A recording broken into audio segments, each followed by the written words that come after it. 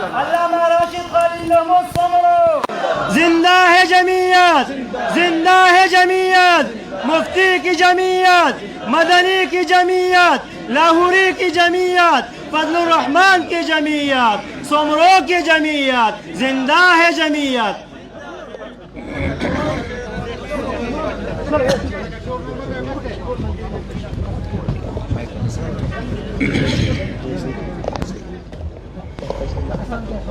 میرا خیال یہ ہے کہ آپ حضرات صبح سے بیٹھے ہوئے ہیں اور اکابر علماء اکرام کے تفصیلی بیانات ہو چکے ہیں۔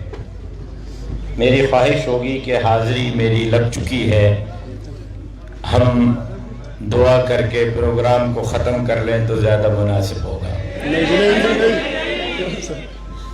یہ نہیں جو ہے نا، آپ کی اس میں بھی کوئی نہ کوئی بات چھپی ہوئی ہے۔ مجھے پتا ہے کہ آپ تھکے ہوئے ہیں، مقصد آپ کی زیارت کرنا تھا وہ ہو چکی ہے۔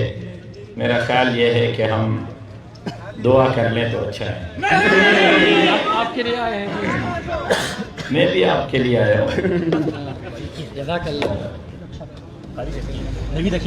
الحمدللہ الحمدللہ رب العالمین، والصلاة والسلام على اشرف الانبیاء والمرسلین وعلى آلہ الطیبین واصحابہ الطاہرین۔ قال الله تبارك وتعالى في القرآن المجيد والفرقان الحميد: أعوذ بالله من الشيطان الرجيم، بسم الله الرحمن الرحيم. واعتصموا بحبل الله جميعا ولا تفرقوا. وقد قال النبي صلى الله عليه وسلم: العلماء ورثة الأنبياء. صدق الله العلي العظيم وصدق رسوله النبي الأمي الصادق الأمين. إن الله وملائكته يصلون على النبي يا أيها الذين آمنوا صلوا عليه وسلموا تسليما. اللهم صل على محمد وعلى آل محمد كما صليت على إبراهيم وعلى آل إبراهيم إنك حميد مجيد. اللهم بارك على محمد وعلى آل محمد كما باركت على إبراهيم وعلى آل إبراهيم إنك حميد مجيد. قابل احترام حضرات اکابر علماء اکرام، زعماء ملت اور لوور دیر کے غیرت مند، جرأت مند، دلیر اور مجاہد ساتھیوں، آج کے اس پروگرام کے انعقاد پر جمعیت طلبہ اسلام اور جمعیت علماء اسلام کے عہدیداران کو دل کے گہرائیوں سے مبارکباد پیش کرتا ہوں۔ بارگاہ خداوندی میں دعا کرتا ہوں کہ اللہ تبارک و تعالی ان حضرات کی ان خدمات کو اپنی بارگاہ میں شرف قبولیت سے سرفراز فرمائے۔ کل سے آپ کے اور میری دلوں کی دھڑکن قائد ملت اسلامیہ، امام الانقلاب حضرت مولانا فضل الرحمان صاحب دامت برکاتہم العالیہ کے ساتھ تھا۔ صبح ان کی اجازت سے یہاں عازم سفر ہوا۔ جب نکلنے لگا تو حضرت نے مجھے خصوصی طور پر فرمایا کہ لوور دیر کے علماء کو نہ صرف مبارکباد دینی ہے، نہ صرف میرے سلام پہنچانے ہیں، بلکہ ان کو پیغام بھی دینا ہے کہ آج سے آپ کو حضرت نانوتوی اور حضرت شیخ الہند کے مشن کو آگے لے جانے کی عملی طور پر ذمہ داری آپ کے سر پر ہے، اور آج سے آپ نے اس مشن کو سنبھالنا ہے انشاءاللہ۔ میرے محترم دوستو، میرے بھائی حافظ حمداللہ صاحب نے بہت تفصیلی انداز میں آپ کے سامنے اپنے معروضات کو رکھا۔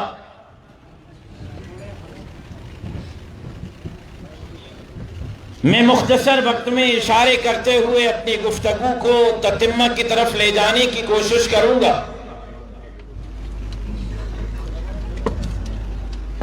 ایک طرف تو آج خوشی ہو رہی ہے کہ علماء اکرام کا جمع غفیر یہاں موجود ہے، اور صرف مدارس سے فارغ التحصیل علماء نہیں، اسکول، کالج اور یونیورسٹی کے فارغ التحصیل بھی یہاں موجود ہیں، اور جمعیت طلباء نے ملا اور مسٹر کی تفریق کو ختم کرنے کی کوشش کی ہے۔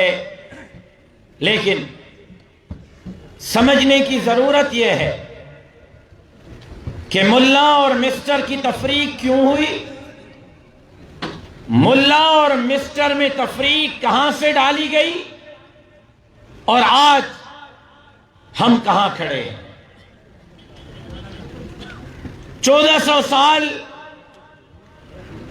جناب سرور کونین سرکار دو عالم صلی اللہ علیہ وسلم کے زمانے سے لے کر مغل اور خلافت عثمانیہ کی سلطنت تک آپ تاریخ کا مطالعہ کریں، ایک ہی دینی ادارہ ہوتا تھا جہاں سے عالم بھی پیدا ہوتا تھا، حافظ بھی پیدا ہوتا تھا، مبلغ اور مصنف اور مقرر بھی پیدا ہوتا تھا، وہیں سے ڈاکٹر اور انجینئر، گورنر اور سربراہ مملکت بھی پیدا ہوا کرتا تھا۔ لیکن یہ ملا اور مسٹر میں تفریق ایک منصوبے کے تحت کی گئی تاکہ معاشرے سے مولوی کے کردار کو کم کیا جائے، معاشرے میں مولوی کو کمی بنا دیا جائے۔ اور کچھ وقت ایسا لگا کوئی ایسے ادوار ہمارے سامنے گزرے کہ واقعی یہاں مولوی کو گالی بنا دیا گیا، مولوی کو عیب کی نگاہ سے دیکھا جانے لگا۔ لیکن پھر تاریخ نے پلٹا کھایا، اور حضرت نانوتوی رحمت اللہ علیہ نے، حضرت شیخ الہند نے جس نہج پہ کام کیا، آج ہمیں اپنے آپ کا امتحان لینا ہے، اپنا سر اپنی گردن میں ڈال کر چھانکنا ہے، اپنی گریبان میں دیکھنا ہے کہ کیا ہم آج واقعی حضرت نانوتوی کے حقیقی جانشین ہیں، کیا ہم واقعی حضرت شیخ الہند کے جانشین ہیں۔ کیا حضرت نانوتوی کا فلسفہ یہ تھا کہ مسجد بنے گی، مدرسہ بنے گا، 8 سال اور 12 سال اور 13 سال مولوی پڑھ کر آئے گا اور مسجد کے حجرے تک محدود ہو جائے گا؟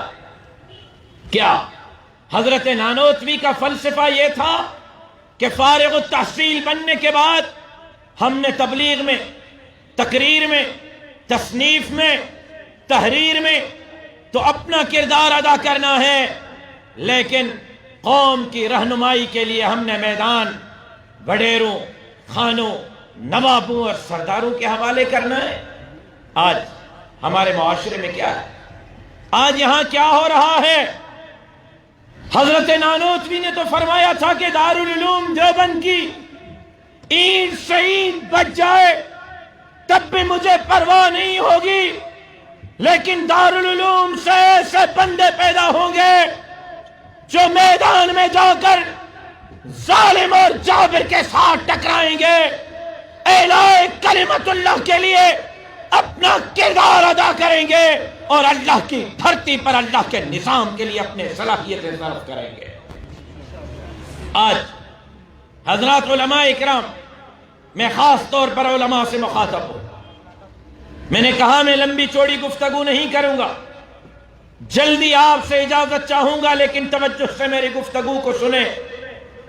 حضرات علماء اکرام، آج آپ حضرات کے سامنے ملک کے حالات ہیں، عالمی حالات ہیں۔ آج آپ کے سامنے عالم کفر کی ریشہ دوانیاں ہیں۔ آج عالم اسلام میں مسلمانوں کو چن چن کر مارا جا رہا ہے۔ آج اسلام کا نام لینا جرم ہے، آج کلمے کے لیے محنت کرنا جرم ہے، آج مدرسے کا بنیاد رکھنا جرم ہے، آج مسجد کی بنیاد رکھنا جرم ہے۔ اس مسجد اور مدرسے کے ممبر اور محراب سے خان، نواب اور سردار کے خلاف آواز بلند کرنا جرم ہے۔ کیوں؟ کیا یہ ملک اس نعرے پر بنایا گیا تھا کہ جہاں مندر کو تو آزادی ہوگی؟ ایک سال میں خان صاحب کے دور حکومت میں، صرف ایک سال میں اسلام آباد کے مندروں کی تعمیر اور تزئین اور آرائش کے لیے 28 کروڑ روپے خرچ کیے گئے، ایک سال میں۔ آج کرتارپورہ کا بارڈر کھلا ہوا ہے، آج قادیانی دندناتے پھر رہے ہیں، آج کرسمس کے موقع پر چرچوں کی سیکیورٹی آرمی اور رینجرز اور پولیس کر رہی ہے۔ ہمیں اعتراض نہیں، اقلیتوں کی جان مال، عزت اور آبرو کی چوکیداری مسلمان کے ذمہ ہے۔ اقلیتوں کے جان مال، عزت اور آبرو کی حفاظت ہونی چاہیے، لیکن آج اس اسلامی جمہوریہ پاکستان میں جس ملک کو کلمے کے نعرے پر حاصل کیا گیا، جس ملک کو اسلام کے نعرے پر حاصل کیا گیا، جس کے لیے نعرہ لگایا گیا کہ پاکستان کا مطلب کیا، لا الہ الا اللہ، آج اس ملک کے اندر محفوظ نہیں تو ختم نبوت کا قانون محفوظ نہیں۔ آج اس ملک میں محفوظ نہیں تو صحابہ کی عزت اور ناموس محفوظ نہیں۔ آج اس ملک میں محفوظ نہیں تو مسجد محفوظ نہیں۔ ایک رات میں آپ نے خبریں دیکھی ہوں گی، سوشل میڈیا کا زمانہ ہے، ایک رات میں باب الاسلام سندھ کے بڑے شہر سکھر میں 19 مساجد کو ایک رات میں بلڈوزر لگا کر شہید کر دیا گیا۔ ایک رات 19 مسجدیں۔ آج آپ جائیں یوٹیوب پر، گوگل پر سرچ کریں، بحیثیت وزیر اعظم اسلامی جمہوریہ پاکستان کے عمران خان نے جو امریکہ میں پہلی تقریر کی، وہ آج ریکارڈ پر موجود ہے۔ عمران خان نے امریکہ کا دورہ کرتے ہوئے امریکی پارلیمنٹیرین سے خطاب کرتے ہوئے کہا کہ میں پاکستان کے چند مذہبی جنونیت رکھنے والے ملاؤں سے لڑ کر میں نے آسیہ ملونہ کو باہر روانہ کیا ہے۔ آسیہ کون ہے؟ کیا آپ کو نہیں معلوم؟ آسیہ کو سزا دینے والا میں نہیں تھا، آسیہ کو سزا دینے والے آپ نہیں تھے۔ پاکستان کی عدالتوں میں کیس چلے، وکلاء نے دلائل دیے، وکلاء کے دلائل کے بعد 2 عدالتوں کے فاضل ججوں نے کہا کہ یہ عورت سرور کونین، سرکار دو عالم، امام الانبیاء حضرت محمد مصطفیٰ احمد مجتبیٰ صلی اللہ علیہ وسلم کے شان میں گستاخی کی مرتکب ہوئی ہے، اس عورت کو سزائے موت ملنی چاہیے۔ ہم نے نہیں کہا، مفتی نے نہیں کہا، کسی مدرسے کے دارالفتہ نے نہیں کہا، عدالت نے کہا، اور ایک عدالت نے نہیں 2 عدالتوں نے۔ اور عمران خان کہتا ہے میں چند مذہبی جنونیت رکھنے والے ملاؤں سے لڑ کر میں نے آسیہ کو باہر روانہ کیا۔ مولانا سمیع الحق شہید کی تقریر، آخری تقریر شہادت سے 1 دن پہلے کی، ریکارڈ پر موجود ہے، سن لیں۔ انہوں نے جو انکشافات کیے، قادیانی مصنف کو ڈونلڈ ٹرمپ کی بارگاہ میں پہنچایا گیا، اور اس کے ساتھ ساتھ آپ نے دیکھا راجہ ظفر الحق کمیشن رپورٹ جو آج ایوان کے ریکارڈ کا حصہ ہے۔ راجہ ظفر الحق کمیشن رپورٹ میں باقاعدہ لکھا گیا ہے کہ اسمبلی سے ختم نبوت کے قانون پر ڈاکہ ڈالنے کی رٹ دائر کرنے والی پی ٹی آئی تھی۔ قادیانیوں کا جو یار ہے، کا جو یار ہے،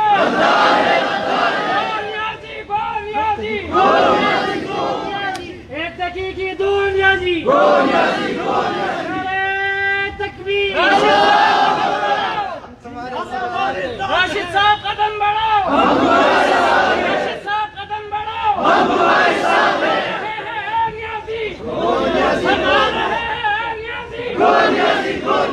اور کتنا قدم بڑھاؤں، سانپوں کے بلوں میں تو ہاتھ ڈال دیے ہیں، اور کتنا قدم بڑھاؤں، میں نے تو اپنے شہید والد کے خون میں لت پت جنازہ اٹھانے کے بعد بھی گھر میں سونے کو ترجیح نہیں دی، والد کے مشن کو ترجیح دی ہے۔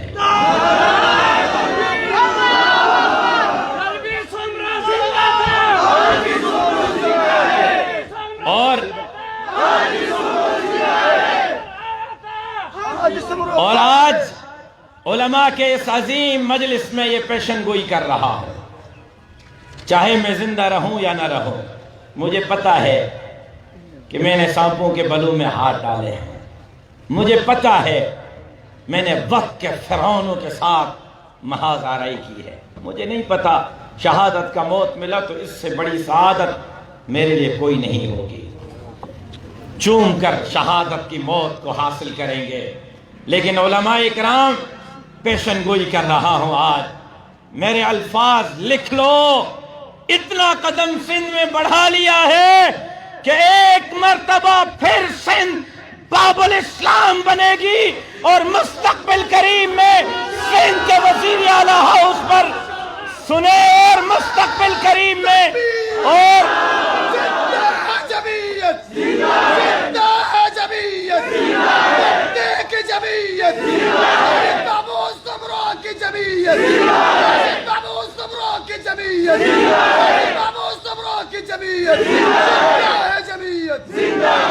اور یہ بھی پیشن گوئی کر رہا ہوں کہ انشاءاللہ مستقبل قریب میں جمعیت علماء اسلام کا جھنڈا سندھ کے وزیر اعلیٰ ہاؤس پر ضرور لگا، انشاءاللہ آپ کی دعائیں ساتھ رہی، اب کوئی مائی کا لال جمعیت کا راستہ نہیں روک سکتا، لہذا ہم نے قدم بڑھا دیا ہے، اب علماء اکرام آپ کے قدم بڑھانے کی دیر ہے۔ اور ایک بات کہوں، ناراض مت ہوئیے گا، دل کا ایک درد ہے آپ کے سامنے رکھو، 6-7 سال کا تجربہ،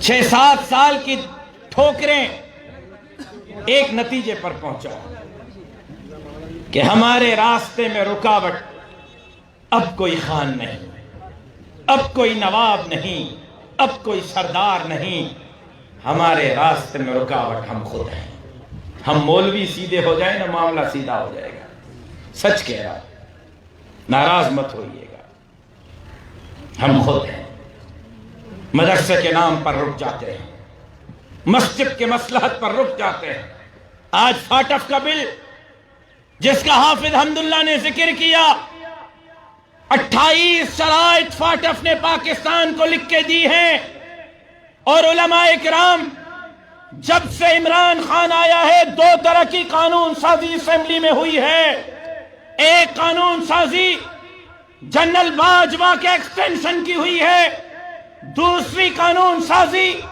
فاٹف کی ہوئی ہے، اس کے علاوہ کوئی قانون سازی نہیں ہوئی۔ فاٹف کے 28 شرائط میں جو امریکہ نے، اقوام متحدہ نے، فاٹف نے پاکستان کو لکھ کے دی ہے کہ یہ 28 شرائط آپ نے ہمیں پورے کر کے دینے ہیں، ان 28 شرائط میں ایک شرط یہ ہے کہ پاکستان میں مدرسہ نہیں رہے گا، مدرسے کے تشخص کو تبدیل کر کے مدرسے کو اسکول ریفارم میں تبدیل کیا جائے گا، اور مدرسہ مدرسہ نہیں ہوگا، مدرسہ اسکول کہلائے گا۔ آج اس پر کام ہو رہا ہے۔ آج جس مدرسے کی وجہ سے آپ رک جاتے ہیں، جس مسجد کی وجہ کے لیے مدرسہ ہی نہ رہا، تو پھر کیا کرو گے؟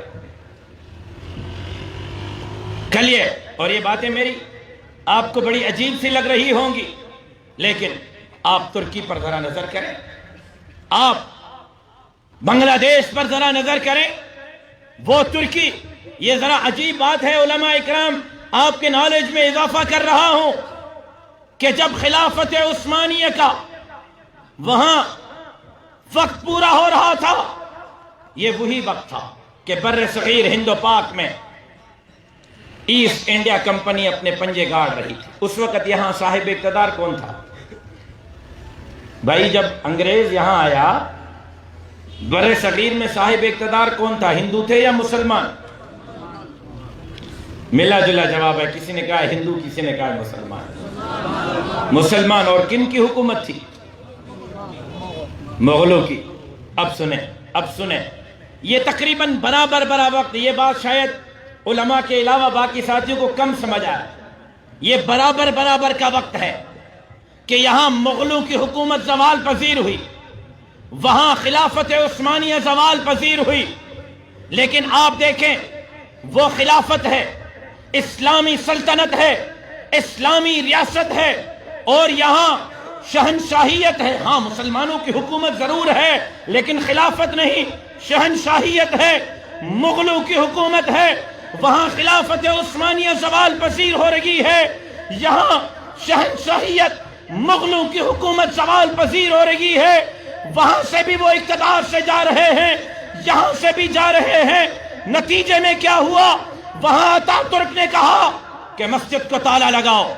مسجد کو تالا لگا یا نہیں لگا؟ بولیں یار حضرات علماء، مجھے جواب دیں، مجھے بات سمجھانے میں آسانی ہوگی۔ مسجد کو تالا لگا یا نہیں لگا؟ اذان پر پابندی لگی یا نہیں لگی؟ نماز پر پابندی لگی یا نہیں لگی؟ کہا اتا ترک نے آپ کی داڑھی مجھے پسند نہیں، منڈواؤ داڑیاں، اور وقت کے علماء نے اپنے چہروں سے داڑیاں منڈوا کے پھینکوا دی، وقت کے شیخ الحدیثوں نے اپنے سروں سے پگڑیاں اتار دی، پھر کہا ماؤں، بہنوں، بیٹیوں کے سر پر دوپٹہ اور برقع اور عبایا قبول نہیں ہے، ان کے سروں سے دوپٹہ بھی اتارو، عبایا بھی اتارو۔ آپ پڑھیں تاریخ کو، وقت کے مجددوں نے، ابدالوں نے اپنی ماؤں، بہنوں، بیٹیوں کے سروں سے دوپٹے اتار کر پھینک دیے۔ پھر کہا مسجد بند، تکبیر بند، اذان بند، نماز بند، داڑھی ختم، پگڑی ختم، عبایا ختم۔ پھر کہا قرآن بھی قبول نہیں، مسجدوں سے، مدرسوں سے، گھروں سے، دکانوں سے ٹرکیں بھروا کر قرآنوں کی دریاؤں میں پھینکوائی گئی۔ کیوں؟ کبھی سوچا؟ خلافت عثمانیہ کا وقت ہے، اور اس کے مقابلے میں اتنا بڑا معاملہ وہاں کیوں ہوا؟ کبھی سوچا ہے؟ حضرات علماء اکرام، بنگلہ دیش تقریباً 100% سنی ریاست، وہ بنگلہ دیش جس کے چھوٹے سے چھوٹے مدرسے میں 3,000 طلبہ دور حدیث میں ہیں، وہ بنگلہ دیش جہاں حد سے بڑا اجتماع تبلیغ کا ہوتا ہے، وہ بنگلہ دیش جہاں ہر گھر میں حافظ عالم پایا جاتا ہے، اسلامی قانون پارلیمنٹ سے نکال کر روڈ پر پھینک دیے گئے، جب چاہتے ہیں مولوی کو سولی پہ لٹکایا جاتا ہے۔ آپ نے سوچا کیوں؟ میں عرض کر رہا تھا یہ برابر کا وقت ہے، وہاں خلافت عثمانیہ زوال پذیر ہوئی، یہاں مغلوں کی حکومت زوال پذیر ہوئی، لیکن کیا ہوا؟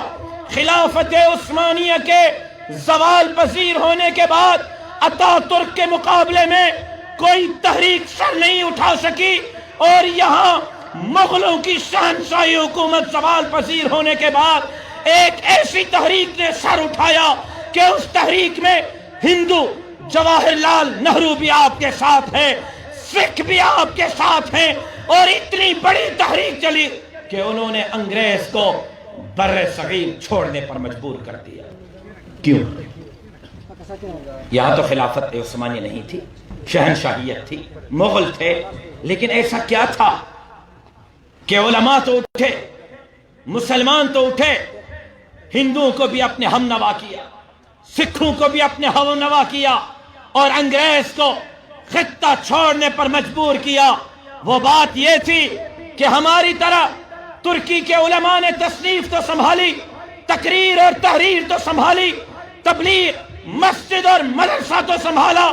بنگلہ دیش کے علماء نے ہماری طرح تبلیغ اور تصنیف اور تحریر، مسجد اور مدرسہ تو سنبھالا، لیکن انہوں نے سیاسی میدان قوانین، وڈیروں، سرداروں اور نوابوں کے حوالے کیا۔ وہاں پر علماء اکرام نہ داڑھی بچا سکے، نہ پگڑی بچا سکے، نہ مسجد بچا سکے، نہ مدرسہ بچا سکے، نہ اسلامی قانون بچا سکے، لیکن یہاں کے علماء نے اپنے طالب العلم کو، دارالعلوم دیوبند نے اپنے طالب کو، حضرت نانوتوی نے اپنے شاگرد کو، حضرت شیخ الہند نے اپنے شاگرد کو، مفتی محمود نے اپنے شاگرد کو سیاسی میدان دیا، سیاسی شعور دیا۔ اس سیاسی میدان کے بدولت، اس تحریک کے بدولت انگریز کو بھی کل یہاں سے دم دبا کے بھاگنا پڑا۔ میں دعوے سے کہتا ہوں انشاءاللہ شیخ الہند کی جانشینی کا حق ادا کرتے ہوئے مولانا فضل الرحمان کے قیادت میں جمعیت کے یہ عوابی یہودیوں اور نصرانیوں کے ایجنٹ کو بھی یہاں سے بھگانے پر مجبور ہوئے۔ نعرہ تکبیر! قائد جمعیت حضرت مولانا فضل الرحمان سے نعرہ تکبیر! كانت بنو اسرائیل تسوسهم الانبیاء کلما ہلک نبی خلفہ نبی۔ یہ تو آپ کو انبیاء سے سیاست وراثت میں ملی ہے، مصلی بھی ہمیں وراثت میں، اذان اور تکبیر بھی وراثت میں، نکاح اور جنازہ بھی وراثت میں، تو ہمیں قوم کی قیادت بھی وراثت میں ملی ہے۔ جب تک یہ میدان آپ نہیں سنبھالیں گے تب تک کامیابی نہیں ملے گی۔ روٹی کپڑا اور مکان تو نہیں ملا، قرض تو نہیں اترا، 1 کروڑ نوکریاں دوں گا،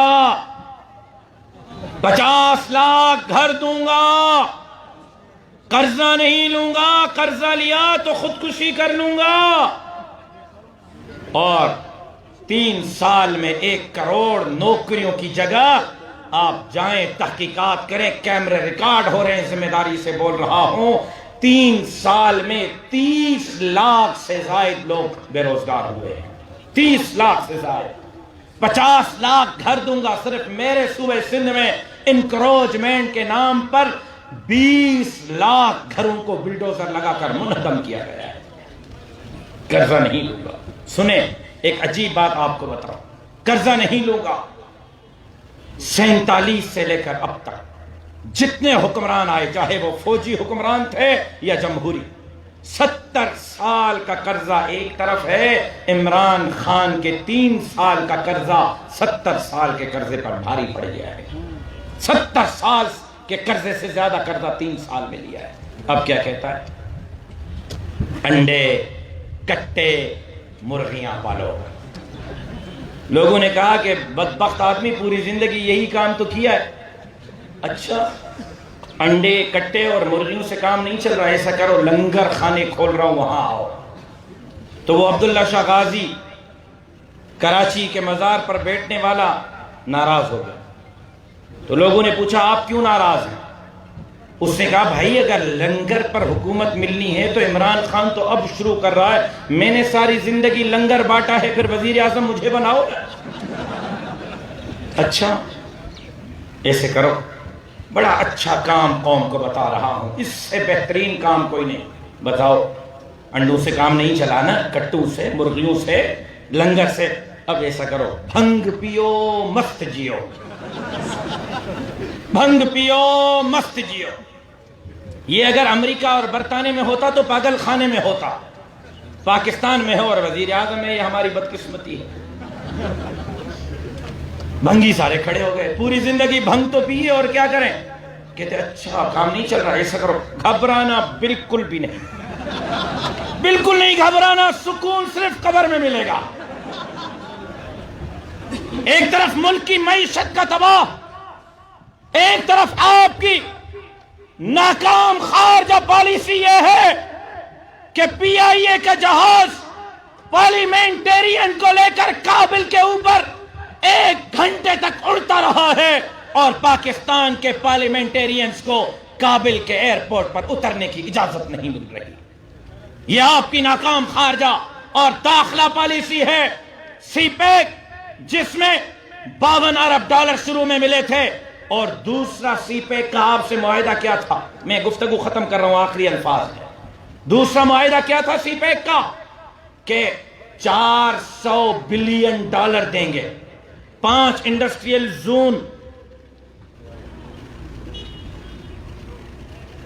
5 انڈسٹریل زون لگائیں گے. سنیں, یہ چائنا نے آپ سے معاہدہ کیا تھا, یہ آپ کے ذہن میں ہو علماء اکرام, میں عجیب بات آپ سے کرنے لگا ہوں. چائنا نے کہا تھا کہ روڈ راستوں کے بعد 400 بلین ڈالر دیں گے, اس سے 5 انڈسٹریل زون لگائیں گے. ہر انڈسٹریل زون میں سوئی سے لے کر ایٹم بم تک کی فیکٹریاں ہوں گی. ہر انڈسٹریل زون میں 25 لاکھ لوگ برسر روزگار آئیں گے.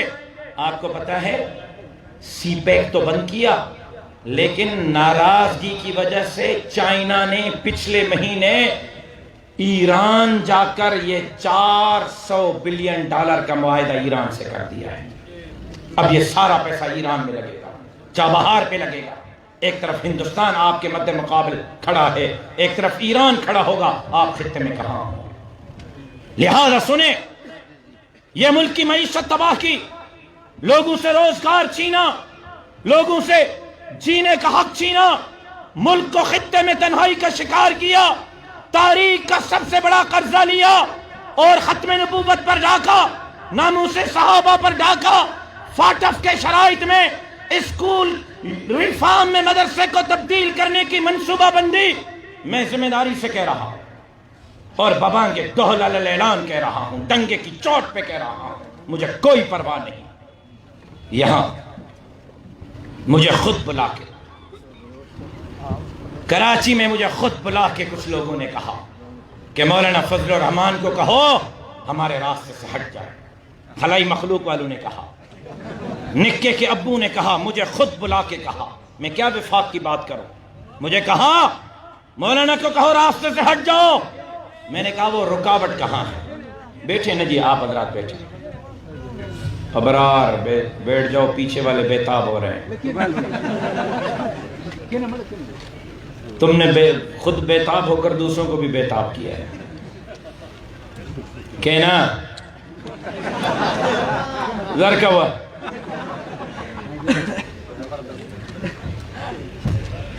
سنیں,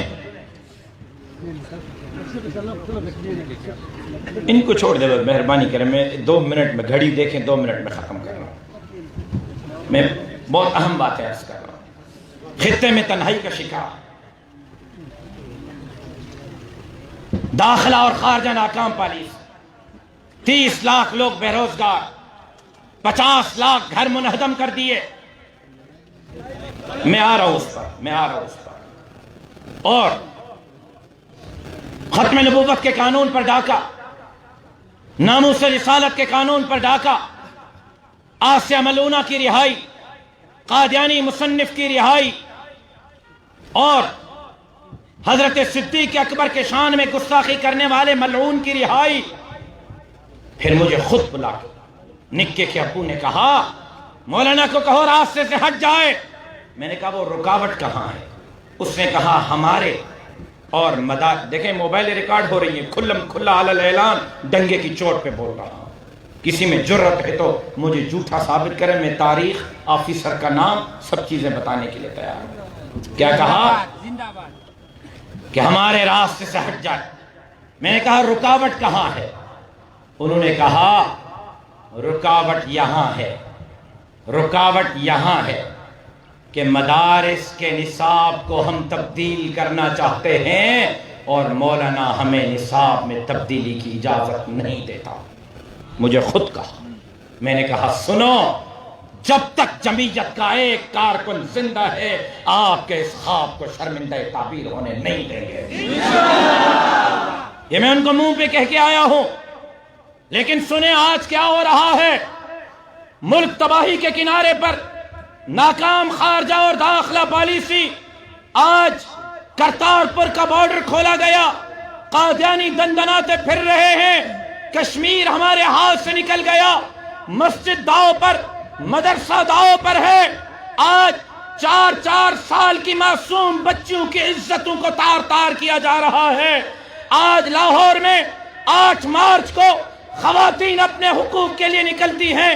اسٹیج پر خواتین اپنی شلواریں لٹکا کے کہتی ہیں کہ ہمیں ہم جن پرستی کی آزادی دی جائے. میں آپ سے پوچھنا چاہتا ہوں، کیا عمران خان واقعی مدینے کی ریاست کا والی ہے اور مدینے کی ریاست بنانا چاہ رہا ہے؟ عمران خان کے بارے میں جو میرے قائد نے 15 سال پہلے پیشن گوئی کی تھی، یہ اسلام کا نمائندہ نہیں، یہ یہودیوں کا نمائندہ ہے. آج وقت نے ثابت کر دیا ہے یہ پاکستان کا بھی دشمن ہے، یہ اسلام کا بھی دشمن ہے، یہ ختم نبوت کا بھی دشمن ہے، یہ مسجد، مدرسے، داڑھی اور پگڑی کا بھی دشمن ہے. اور سن لو عمران خان، جب تک ہماری جان میں جان ہے انشاءاللہ تمہارے خلاف روڈوں اور راستوں پر یہ نوجوان لڑتے رہیں گے. نعرہ تکبیر! زندہ ہے جمعیت، مفتی کی جمعیت، مدنی کی جمعیت، لاہوری کی جمعیت، بخاری کی جمعیت، مولانا عبدالرحمان کی جمعیت، خبروں کی جمعیت. آج ہمارا ایمان ہم سے چھیننے کی سازشیں ہو رہی ہیں.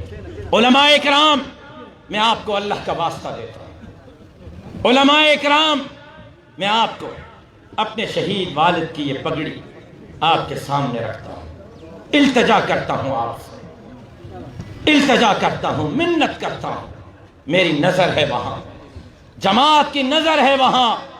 ایسا نہ ہو ہم خواب غفلت میں رہیں اور ترکی اور بنگلہ دیش کی طرح پانی سر سے گزر جائے، نہ داڑھی میسر ہو، نہ پگڑی میسر ہو، نہ کلمہ میسر ہو، نہ ماں بہن بیٹی کے سر پر دوپٹہ میسر ہو. خدا کے لیے بیدار ہو جائیں، خدا کے لیے میدان میں اپنا کردار ادا کریں. اور جب آج ہم میدان میں لڑ رہے ہیں تو کہتے ہیں مولانا فضل الرحمان تو زرداری کی جنگ لڑ رہا ہے، مولانا تو نواز شریف کی جنگ لڑ رہا ہے.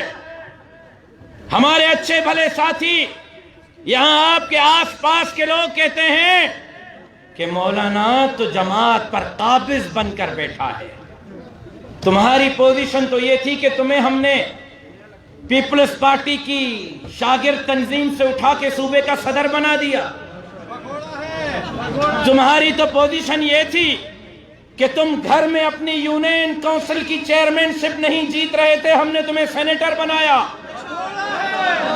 تمہاری پوزیشن یہ ہے کہ تم اپنے حلقے سے ایم پی اور ایم این اے نہیں بن سکتے. تم کہتے ہو کہ مولانا جماعت کو خراب کر رہا ہے. تم شیخ الہند کی جماعت کے زیادہ مامے اور دادے بن رہے ہو، حضرت مفتی محمود کے جماعت کے وارث بن رہے ہو. آج دنیا کہہ رہی ہے کہ مفتی محمود نے جہاں جماعت چھوڑی تھی، مولانا فضل الرحمان نے جماعت کو اس سے 1000 نہیں، 1,00,000 نہیں، 1 کروڑ گنا آگے بڑھایا ہے. الحمدللہ. ہم کل بھی اور سنیں ان بھگوڑوں کو بتانا چاہتا ہوں، بھگوڑوں، کتنے دن تم اسرائیل کے پیسوں پہ چلو گے؟ کتنے دن تم اسرائیل کے پیسوں پہ چلو گے؟ ایک بات یاد رکھو، ہم پیپلز پارٹی اور نون لیگ اور پی ٹی آئی کے ورکر نہیں کہ ہر 2 دن کے بعد اپنا قبلہ اور کعبہ تبدیل کر دیں. ہم شیخ الہند کے وارث ہیں، گردن کٹوا دیں گے مولانا فضل الرحمان. ہم گردن کٹوا دیں گے، جمعیت سے پیچھے نہیں ہٹیں گے، ہم گردن کٹوا دیں گے. عمران خان اور اس کے حواریوں کے ہاتھوں پر بیعت نہیں کریں گے. ہے کوئی انشاءاللہ کہنے والا؟ ہے کوئی انشاءاللہ کہنے والا؟ اور سنو، تم کہتے ہو ہم زرداری کی جنگ لڑ رہے ہیں، تم کہتے ہو ہم نواز شریف کی جنگ لڑ رہے ہیں۔ ان عقل کے اندھوں سے کوئی پوچھے کہ اگر مولانا نے زرداری کی جنگ لڑنی ہوتی تو سانپوں کے بلوں میں مولانا ہاتھ کیوں ڈالتے؟ کارکنوں کو امتحان میں کیوں ڈالتے؟ مجھے ایک فون کر دیتے کہ لاڑکانہ میں بلاول کا مقابلہ نہیں کرنا، بیٹھ جاؤ، میں بیٹھ جاتا۔ نواب شاہ میں زرداری کا مقابلہ نہیں کرنا، میں بیٹھ جاتا۔ لیاری کراچی میں بلاول کا مقابلہ نہیں کرنا، میں بیٹھ جاتا۔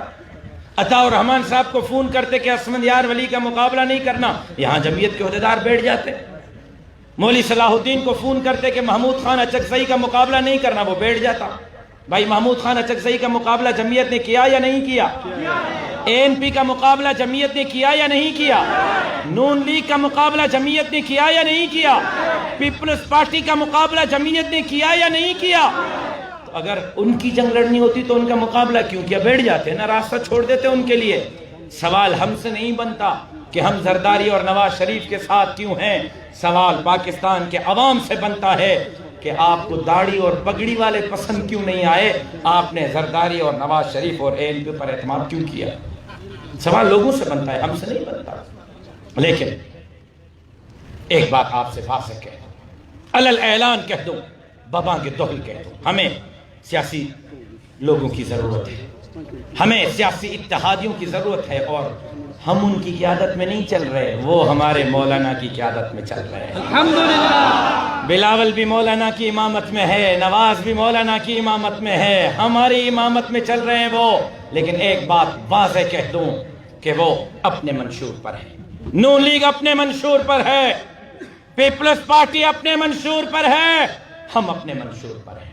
ہمارا منشور اقتدار میں ہے، ہماری منزل اقتدار نہیں، ہماری منزل اللہ کی دھرتی پر اللہ کا نظام ہے، ہماری منزل پاکستان کے اندر لا الہ الا اللہ کا نظام ہے، اور رفتہ رفتہ ہم اپنی قوت اور طاقت کو آگے بڑھا رہے ہیں، اور وہ دن دور نہیں کہ انشاءاللہ پارلیمنٹ کے ذریعے، جمہوریت کے ذریعے، ووٹ کی پرچی کے ذریعے اس ملک کو جس نعرے پر حاصل کیا گیا تھا کہ پاکستان کا مطلب کیا، لا الہ الا اللہ، انشاءاللہ مولانا کی قیادت میں اس ملک کے اندر لا الہ الا اللہ۔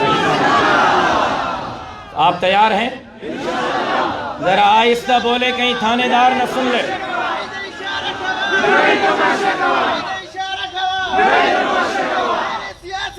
قائد اشارہ کڑے دے، قائد اشارہ کڑے دے، دا تماشا ٹائم دے، دا تماشا ٹائم دے۔ کیا آپ قائد کے حکم پر لبیک کہنے کے لیے تیار ہیں؟ یہ مت سمجھو کہ ہم پیچھے ہٹے ہیں۔ Azadi March P D M کے پلیٹ فارم پر کیا تھا یا اکیلے؟ بولو یار۔ 15 million March P D M کے پلیٹ فارم پر کیے تھے یا اکیلے؟ پیپلز پارٹی آج فیصلہ کرنے جا رہی ہے، اچھی بات ہے، اے این پی کی طرف وہ بھی فیصلہ کر لے، میرے تو پاؤں میں زنجیر ہیں کافی مہینوں سے، اچھی بات ہے وہ فیصلہ کریں۔ سنیں، اگر ایک جماعت جاتی ہے پھر بھی ہم چلیں گے، 2 جماعتیں نکلتی ہیں پھر بھی تحریک جاری رہے گی، 10 جماعتوں میں 9 جماعتیں چھوڑ جاتی ہیں، اکیلے بچتے ہیں، پھر بھی اس وقت تک یہ تحریک جاری رہے گی جب تک عمران خان کے اقتدار کا جنازہ نہیں پڑھتے۔ تو تیار ہیں؟ عید کے بعد ایک نیا محاذ شروع ہونے والا ہے، تیار ہیں؟ عید کے بعد اسلام آباد فائنل راؤنڈ کے لیے جانا ہے، تیار ہیں؟ عید کے بعد عمران خان کو گلے سے گھسیٹ کر باہر نکالنے کا ٹائم ہوا چاہتا ہے، تیار ہیں؟ کون کون تیار ہے؟ ذرا کھڑے ہو کر وعدہ کریں، جو تیار ہیں کھڑے ہو کر وعدہ کریں۔ ڈر تو نہیں جاؤ گے؟ دب تو نہیں جاؤ گے؟ پیچھے تو نہیں ہٹو گے؟ بیوی کی محبت میں گھر تو نہیں رک جاؤ گے؟ پکی بات ہے؟ خون کے آخری قطرے تک لڑو گے؟ اسلام کے لیے لڑو گے، پاکستان کے لیے لڑو گے، ختم نبوت کے لیے لڑو گے، ناموس صحابہ کے لیے لڑو گے، مسجد اور مدرسے کے لیے لڑو گے، داڑھی اور پگڑی کے لیے لڑو گے، اللہ کی دھرتی پر اللہ کے نظام کے لیے لڑو گے۔ نبی کی عزت و حرمت پہ مرنا عین ایمان ہے، نبی کی عزت و حرمت پہ مرنا عین ایمان ہے، سر مقتل بھی ان کا ذکر کرنا عین ایمان ہے۔ ڈراتا ہے مجھے کیا دار و رسن سے ارے ناداں، نبی کے عشق میں سولی پہ چڑھنا عین ایمان ہے۔ زندگی باقی، ملاقات باقی۔ آپ دوستوں کا بہت بہت شکریہ۔ وما علینا الا البلاغ۔